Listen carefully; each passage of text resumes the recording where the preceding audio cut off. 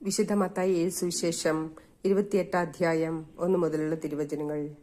സാബത്തിന് ശേഷം ആഴ്ചയുടെ 1-ാം ദിവസം രാവിലെ മഗ്ദലന മറിയവും മറ്റേ മറിയവും ശവകുടീരം സന്ദർശിക്കാൻ വന്നു. അപ്പോൾ വലിയൊരു ഭൂകമ്പമുണ്ടായി. കർത്താവിന്റെ ദൂതൻ സ്വർഗത്തിൽ നിന്നിറങ്ങി വന്ന് കല്ലുരുട്ടി മാറ്റി അതിന്മേൽ ഇരുന്നു. അവന്റെ രൂപം മിന്നൽ പിണർ പോലെ ആയിരുന്നു. വസ്ത്രം മഞ്ഞുപോലെ വെളുത്തതും. അവനെക്കുറിച്ചുള്ള ഭയം നിമിത്തം കാവൽക്കാർ വിറപുണ്ട് മരിച്ചവരെ പോലെയായി. ദൂതൻ സ്ത്രീകളോട് പറഞ്ഞു, ഭയപ്പെടേണ്ട, ക്രൂശിക്കപ്പെട്ട യേശുവിനെയാണ് നിങ്ങൾ അന്വേഷിക്കുന്നതെന്ന് എനിക്കറിയാം. അവൻ ഇവിടെയില്ല. ഞാൻ അരുളി ചെയ്തതുപോലെ അവൻ ഉയർപ്പിക്കപ്പെട്ടു.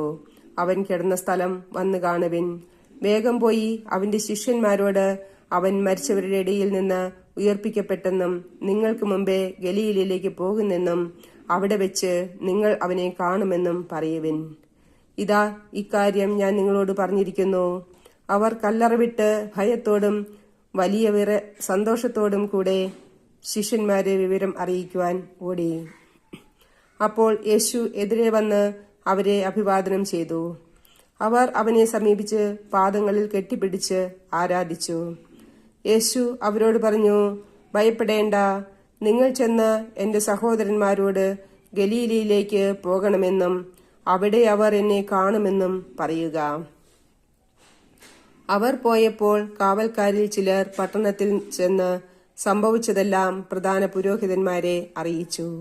അവരും പ്രമാണികളും കൂടിയാലോചിച്ചതിനു ശേഷം പടയാളികൾക്ക് വേണ്ടത്ര പണം കൊടുത്തിട്ട് പറഞ്ഞു, ഞങ്ങൾ ഉറങ്ങിയപ്പോൾ രാത്രിയിൽ അവന്റെ ശിഷ്യന്മാർ വന്ന് അവനെ മോഷ്ടിച്ചു കൊണ്ടുപോയി എന്ന് പറയവൻ. ദേശാധിപതി ഇതറിഞ്ഞാൽ ഞങ്ങൾ അവനെ സ്വാധീനിച്ച് നിങ്ങൾക്ക് ഉപദ്രവമുണ്ടാക്കാതെ നോക്കിക്കൊള്ളാം. അവർ പണം വാങ്ങി നിർദ്ദേശമനുസരിച്ച് പ്രവർത്തിച്ചു. ഇത് ഇന്നും യഹൂദരുടെ ഇടയിൽ പ്രചാരത്തിലിരിക്കുന്നു. യേശു നിർദ്ദേശിച്ചതുപോലെ 11 ശിഷ്യന്മാരും ഗലീലയിലെ മലയിലേക്ക് പോയി. അവനെ കണ്ടപ്പോൾ അവർ അവനെ ആരാധിച്ചു. എന്നാൽ ചിലർ സംശയിച്ചു. യേശു അവരെ സമീപിച്ച് അരുളി ചെയ്തു, സ്വർഗത്തിലും ഭൂമിയിലുമുള്ള എല്ലാ അധികാരവും എനിക്ക് നൽകപ്പെട്ടിരിക്കുന്നു. ആകയാൽ നിങ്ങൾ പോയി എല്ലാ ജനതകളെയും ശിഷ്യപ്പെടുത്തുവിൻ. പിതാവിന്റെയും പുത്രന്റെയും പരിശുദ്ധാത്മാവിന്റെയും നാമത്തിൽ അവർക്ക് ജ്ഞാനസ്നാനം നൽകുവിൻ.